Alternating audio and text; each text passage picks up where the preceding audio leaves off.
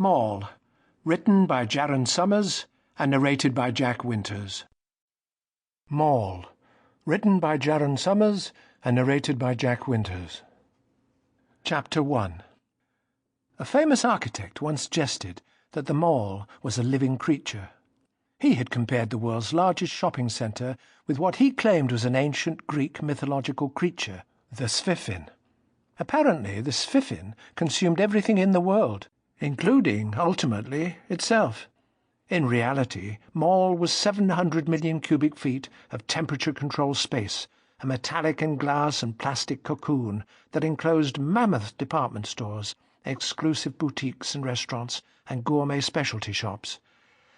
The Mall had everything, from silk pyjamas to solar-powered watches to low-fat yogurt to $36 a pound Swiss chocolate.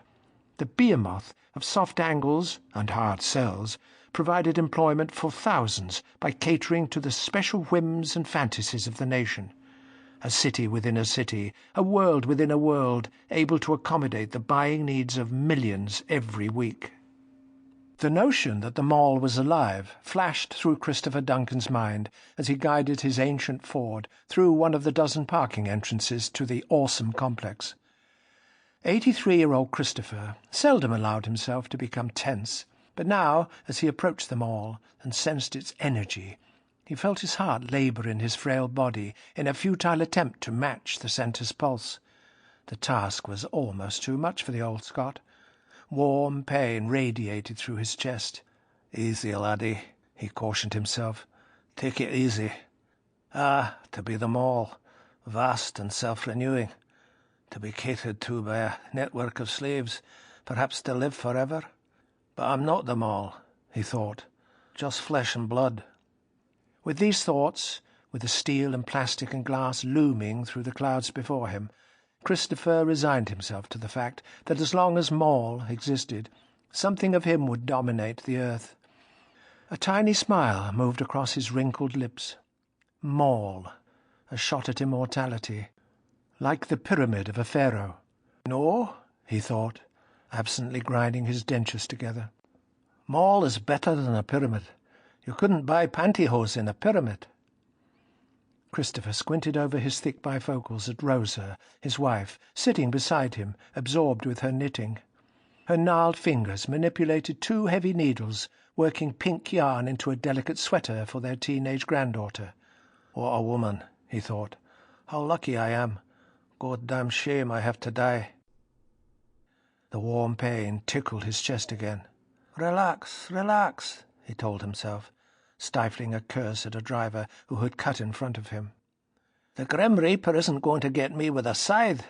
The bastard's using cholesterol." Rosa glanced up from her knitting. She reached across and squeezed his knee affectionately. "My lass," said Christopher, "I think you're going to like what I've arranged for you." "What are you up to, Chris?" Rosa was the only person in the world who dared call him that. 10 minutes later he found a parking spot, got out of the car and walked around to open Rosa's door. The air was wonderfully crisp. Overhead he could see Canada geese clattering against the autumn sky, tiny black V's bucking southward. The pain in his chest was a memory. He offered Rosa a calloused hand as she stepped from the car. "You are the most beautiful woman in the world," he said, not seeing the deep grooves of age on her cheeks or the skin that hung from her neck, for she was almost as old as he. Oh, he knew the wrinkles were there, but his eyes had deteriorated at the same speed as her skin. In Duncan's sight, and mind, Rosa was still as beautiful as the day they were married. That was why he always looked over his glasses at her. "You are a romantic old rascal, staring at those geese and remembering the first time you had your way with me.